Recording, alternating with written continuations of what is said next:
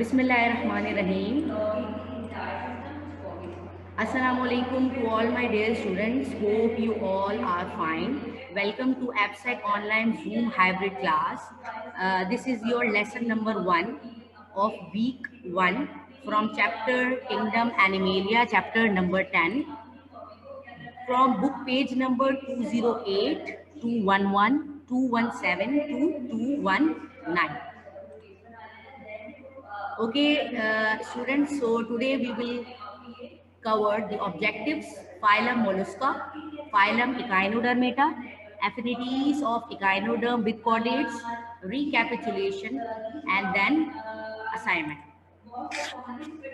So the objective of today's lesson is, after completing this lesson, you will be able to describe the important characteristics of phylum Mollusca and classify them, and enlist the similarities between echinoderms and chordates.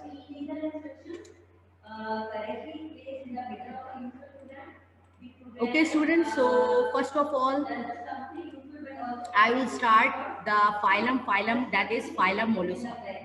देखिए जी, mollusc का मतलब क्या होता है? Mollusc means soft bodied animal. इनकी body बहुत ज़्यादा soft होती है, दैट्स वाई इन्हें कॉमनली कहते हैं soft bodied animal. And it is the second largest phylum of kingdom animalia. Second largest phylum किसी फाइलम को हम क्यों कहते हैं? जब उसके अंदर variety of species and number of species ज़्यादा मौजूद हों, तभी उस फाइलम को हम कहते हैं it is the largest phylum, right. So जब हम लार्जेस्ट फाइलम की बात करते हैं तो this it is the second largest phylum. First जो लार्जेस्ट फाइलम है वो हमारे पास है फाइलम आर्थ्रोपोडा, जबकि हमारे पास जो सेकंड लार्जेस्ट फाइलम है, second largest phylum is phylum Mollusca. Okay जी, phylum Mollusca include 50,000 species, living species 50,000 है, जबकि 35,000 फॉसिल स्पीशीज मौजूद हैं. बहुत सारी species, number of species are very, that's why phylum Mollusca को सेकंड लार्जेस्ट फाइलम कहा गया है.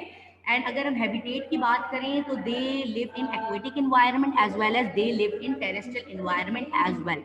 तो एक्वेटिक में दोनों आ जाते हैं, फ्रेश वाटर भी आ जाते हैं, मरीन वाटर भी आ जाते हैं. So they live in aquatic environment as well as they live in terrestrial environment as well. Now looking forward and moving forward to the important characteristics of phylum mollusca. phylum mollusca के अब हम important characters की बात करते हैं. The most distinguished feature of phylum mollusca include head. Okay ji, as you can see in the diagram, जब हम diagram की बात करते हैं तो all the important character will be occur in this diagram as you can see in this diagram. Okay, one by one हम एक एक डायग्राम की बात करेंगे with their characteristics. Number 1, head. So head consist of mouth, eyes and tentacles. इनके पास mouth मौजूद है for feeding purpose. They have eyes and eyes as is a sensory organ for vision, and tentacles act as a sensory organ. Now the second one character is foot. They have muscular foot concerned with locomotion, sensation and feeding. As you can see in the diagram, यहाँ पर foot available मौजूद है, foot मौजूद है. So जब हम foot की बात करते हैं तो इनके foot जो है, the foot is present and very muscular foot is present. And as we know that foot is concerned with the locomotion and foot is also concerned with the feeding purpose as well. Number 3, presence of visceral mass. So they have dorsal visceral mass which encloses the visceral organ compactly. देखिए जी, इनके पास dorsal visceral mass मौजूद है. और जब हम dorsal visceral मास की बात करते हैं तो ये as you can see in the diagram, this is the dorsal visceral mass. So visceral mass include all the visceral organ, all the important organ. जितने भी इम्पॉर्टेंट ऑर्गन की हम बात करते हैं, चाहे हम हार्ट की बात करें, चाहे हम किडनी की बात करें, चाहे हम डाइजेस्टिव सिस्टम की बात करें, तो ये तमाम चीज़ें आपके पास कहलाती हैं विजरल मास. तो ये आपके पास जो है, these are the visceral mass of the phylum Mollusca, तो फाइलम मोलस्का में एक डिस्टिंग्विश कैरेक्टर जो है प्रेजेंस ऑफ विजुअल मास भी मौजूद होता है। क्लियर है जी। सो विजुअल मास के अंदर सारे के सारे विजुअल ऑर्गन्स है। Visual organs as you can see in the diagram, visual organs consist of nephridia and nephridia is the excretory organ. Heart is a circulatory organ, gonads reproductive organ, intestine digestive organ, stomach again digestive organ. तो ये आपके पास जो है ये आपके पास कहलाते हैं visual organ. Now the presence of mental, जब ये विजुअल मास इतने इंपॉर्टेंट और विजुअल ऑर्गन इंपॉर्टेंट ऑर्गन्स की जब हम बात करते हैं तो नेचर इसने ऑलरेडी इसको आउटर प्रोटेक्टिव लेयर दी हुई है। That outer protective layer is called mental. So if we are talking about the mental is the outermost protective layer which surround the visceral organs, right? So if हम mantle की बात करते हैं तो mantle is a calcareous shell, right? Calcareous shell means they are made up of calcium carbonate, right? So visual mass एक liquid secrete करते हैं and that liquid secretion is formed a mantle. ये mantle आपके पास दिख रहा है, the purplish one, and that mantle is a calcareous in nature. That means they are made up of calcium carbonate, right? So it is a solid structure जो कि visual organs को, visual मास को protect करेगा, क्योंकि हम पहले से ही बात कर चुके हैं कि फाइलम मोलस्का में सॉफ्ट बॉडीड एनिमल है। तो अगर एक ऑर्गेनिज्म सॉफ्ट बॉडीड है तो नेचर खुद उसे आउटर लेयर प्रोटेक्शन के लिए प्रोवाइड करेगी ताकि उसके विजुअल ऑर्गन्स को कोई डैमेज ना हो सके। Next character number 5, presence of shell. Okay जी, मेंटल के ऊपर एक और लेयर मौजूद होती है, that is called shell, right? So shell is basically the exoskeleton, right? The skeleton which are present outside the body, then the skeleton is called exoskeleton. अगर हम एक्सोस्केलेटन की बात करते हैं तो एक्सोस्केलेटन हमेशा एनिमल्स के आउटर साइड पे मौजूद होती है। तो यहाँ पर जो मेंटल है उसके ऊपर एक और कवरिंग मौजूद है, that outer covering is called shell. तो student remember one thing, mantle is the lower one layer and shell is the upper one layer, right? And shell जो है वो भी कैल्केरियस है। Calcareous mean they are made up of calcium carbonate. दोनों के दोनों एक ऑर्गेनिज्म को प्रोटेक्शन प्रोवाइड करती हैं। अच्छा, अब एक और चीज जो यहाँ पर समझने वाली है कि शेल हमेशा, जब भी हम शेल की बात करते हैं तो ज़रूरी नहीं है कि फाइलम मोलस्का के हर मेंबर्स में शेल आउटर मौजूद हो। कुछ मोलस्का में शेल जो है वो बॉडी के अंदर भी मौजूद होता है। बॉडी के अंदर कैसे कि बॉडी के एनिमल को अगर हम कट करते हैं ना और उसकी स्किन ओपन करते हैं तो शेल अंदर मौजूद है, राइट? ये आप पहली बार चीज़ सुन रहे हैं, लेकिन कुछ एनिमल्स ऐसे हैं जिनकी बॉडी में शेल्स अंदर मौजूद हैं। इस बहुत सारे एनिमल्स ऐसे हैं फाइलम मोलस्का के जिनमें जो शेल है वो बाहर मौजूद है, बॉडी के आउटर साइड पे एक्सोस्केलेटन में मौजूद है, एज एक्सोस्केलेटन मौजूद है। और कुछ मोलस्क ऐसे हैं जिनमें शेल्स जो हैं वो मौजूद ही नहीं है, राइट? तो तीनों टाइप के कैटेगरीज के एनिमल्स हमारे पास मौजूद होते हैं। एक वो एनिमल्स जिनके पास शेल आउटर मौजूद है, एक वो एनिमल जिनके पास शेल इनर मौजूद है, और वो एनिमल्स जिनके पास शेल एब्सेंट है। Now next character, moving toward the next character, digestive. They have complete digestive system. Students, मैंने आपको वैसे भी क्लास में बताया, what do you mean by complete digestive system? Complete digestive system means they have mouth as well as anus. Tube like system है, mouth से start हो रहा है, एनस पे एंड हो रहा है, तो ऐसे ऑर्गन्स को आप कहते हैं complete digestive system. Okay, now एक न्यू टर्मिनोलॉजी जो आपको पता होनी चाहिए, दैट इज रेड्यूला।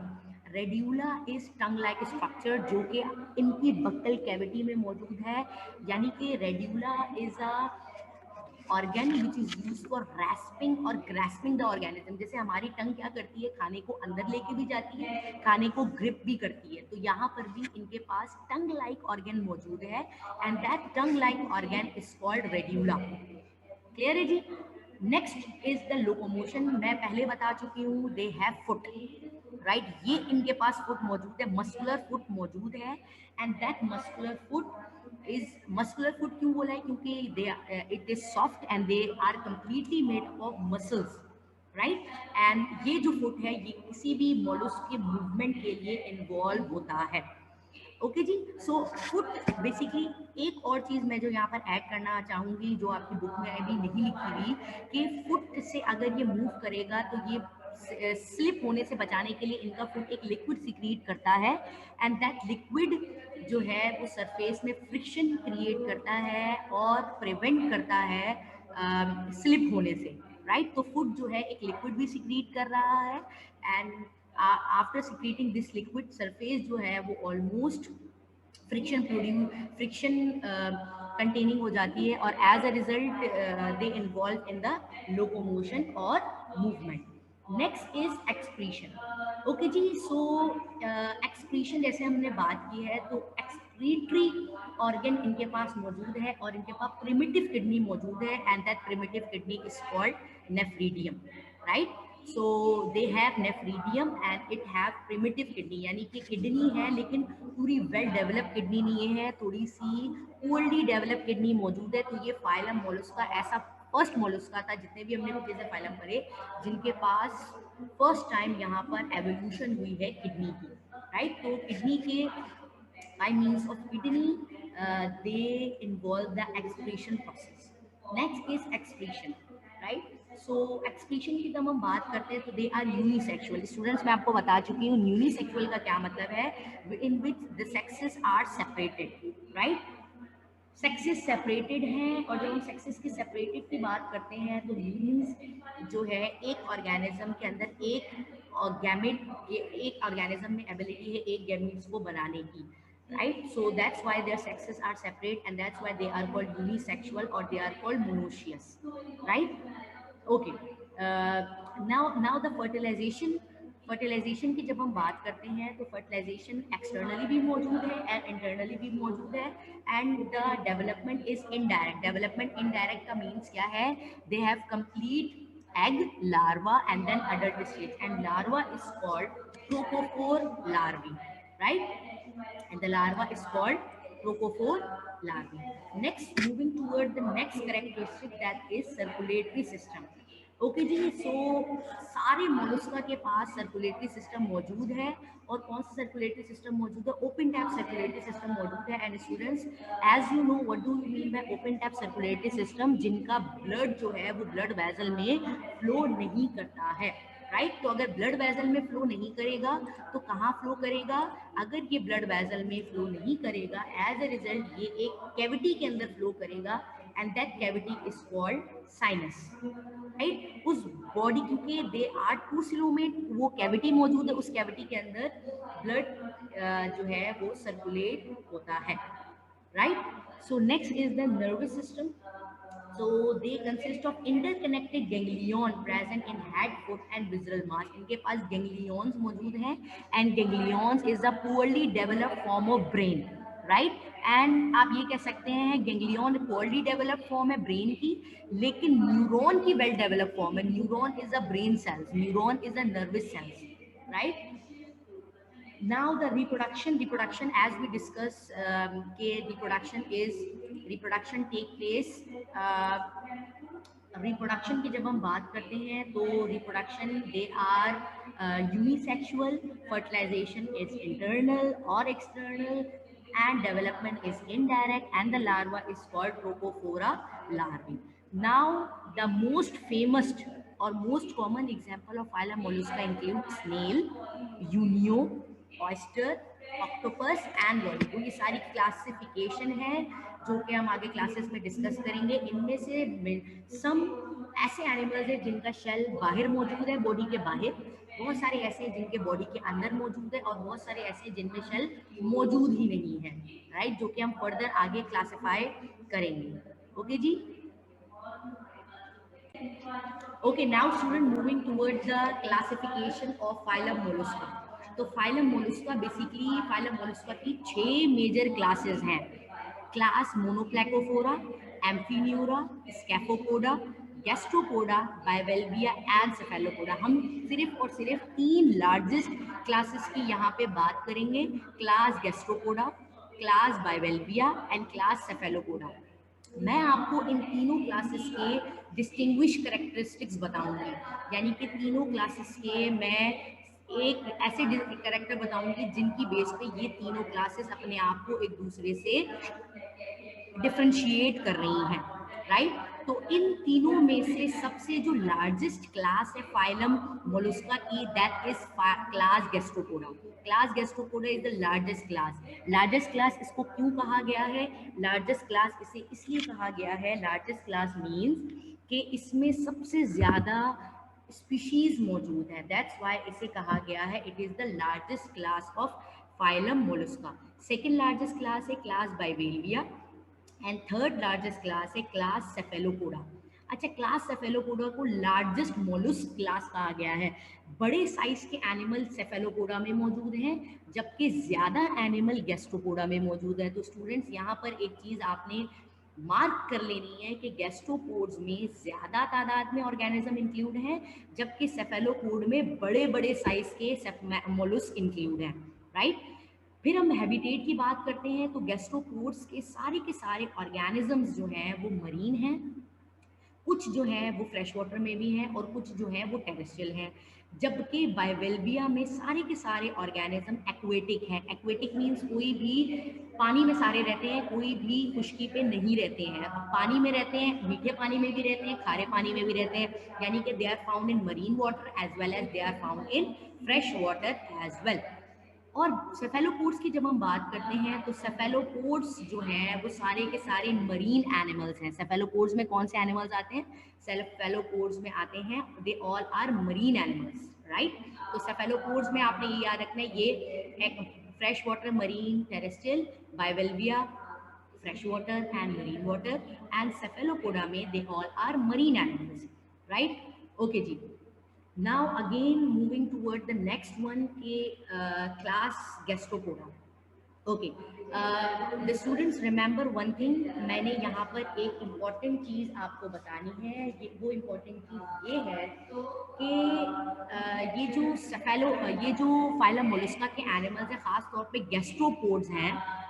जैसे मैंने आपको ये बताई एग्जाम्पल, लेट सपोज हम स्नेल की बात करें, स्नेल इज अ गैस्ट्रोपोड, तो इसकी जो बॉडी है वो क्या है, एसिमेट्रिक हो जाती है, राइट। इनकी बॉडी क्या हो जाती है, एसिमेट्रिक हो जाती है। क्यों एसिमेट्रिक क्यों है इनकी बॉडी? क्योंकि इनके पास एबिलिटी है अपनी विजरल मास को ट्विस्ट करते हैं ये, राइट। अपनी पूरी की पूरी बॉडी को, ये जो विजरल इसका मास है जो मैं आपको पहले बता चुकी, इस पूरे विजरल मास को ट्विस्ट करते हैं, 180 डिग्री पे ट्विस्ट करते हैं। तो 180 डिग्री पे ऑर्गेनिज्म अगर अपने आप को पूरा गोल घुमाता है तो इस ट्विस्टिंग को आप कहते हैं टॉर्जन।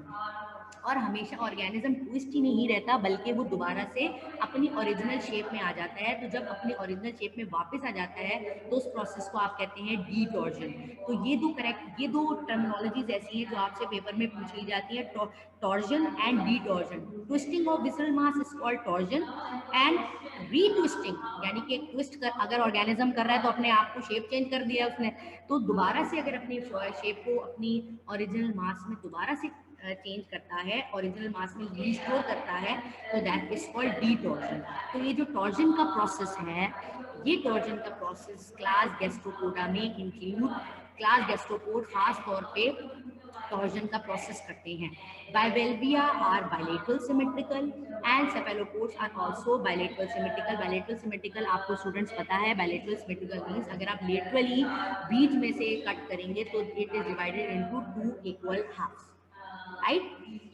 ओके जी, गैस्ट्रोपोड्स में जब हम बात करते हैं तो gastropods, in the gastropods the shell is present, right. Shell is present, but shell जो है वो कॉइल्ड शेल नहीं होता, बल्कि जैसे ये हम बात करते हैं ना, जैसे बाइवेल्विया में शेल्स होते हैं, बाइवेल्विया में आपके पास 2 वेल्व शेल मौजूद होते हैं। 2 वेल्व जैसे आपने शेल्स देखे हैं सी कोस्ट पे, जो जिनके 2 वेल्व्स होते हैं जो कि हिंग्ड होते हैं, यानी कि 2 शेल्स एक दूसरे से एक पॉइंट पे कनेक्टेड हैं। तो ऐसे शेल्स को आप कहते हैं कि वेल्व विद हिंग टुगेदर विद 1 पॉइंट, राइट। और सेफेलोपोड्स में शेल्स या तो रिड्यूस होते हैं या तो कंप्लीटली एब्सेंट होते हैं। जैसे ऑक्टोपस की अगर एग्जांपल देते हैं तो ऑक्टोपस में there is no shell, right, और शेल इज एब्सेंट। अब हम फुट की बात करते हैं तो गैस्ट्रोपोड्स में फुट जो है, ventral foot, broad and muscular foot मौजूद है फॉर लोकोमोशन, राइट। जबकि बाइवेल्व में फुट जो है वो compressed foot, foot is compressed, right. Gastropod में ब्रॉड फुट मौजूद है, जबकि बायवेल्विया में कंप्रेस फुट मौजूद है। जबकि हम सेफेलोपोड्स की बात करते हैं तो इनके पास फुट के नाम पे आर्म्स होते हैं, टेंटिकल्स होते हैं। जैसे आपको ऑक्टोपस का पता है, octopus have arms, octopus have tentacles for capturing, for feeding, for defence and for offence purpose as well. Gastropods have open tap circulatory system. Bivalve have open tap circulatory system, but cephalopods have closed type circulatory system. अब देखें यहाँ पर cephalopods में close tap circulatory system है, बल्कि gastropod और बायवेल्विया में open type circulatory system है। इसका मतलब क्लोज टैप सर्कुलेटरी सिस्टम सेफेलोपोड से ओरिजिनेट हुआ है। आगे जितने भी फाइलम में अगर हम देखेंगे कि they have close tap circulatory system, तो हम ये कहेंगे कि सेफेलो में भी हो सकता है कि ये सेफेलोपोड से ओरिजिनेट हुए हों, राइट। तो गैस्ट्रोपोड्स में एग्जांपल आपके देखिए, ये जो मोलस्का है ना, इसकी ओरिजिनेशन अलग अलग आ जाती हैं। कुछ गैस्ट्रोपोड्स कुछ कैरेक्टर अलग हो गए जो गैस्ट्रोपोड्स में आ गए, कुछ कैरेक्टर्स अलग हो गए जो सेफेलोपोडा में आ गए, और कुछ कैरेक्टर अलग हो गए जो बायवेल्विया में आ गए। So class gastropods include snail, limpets, bivalvia unio mytilus oyster, and oyster have economic importance as well as we know oyster जो oyster जो है वो आगे जाके पर्ल बनाता है, एंड पर्ल हैज पर्ल जो है वो हम डेकोरेटिव पर्पस में यूज करते हैं, ज्वेलरी में यूज करते हैं, right. And cephalopods include octopus, sepia and लॉलीगुड।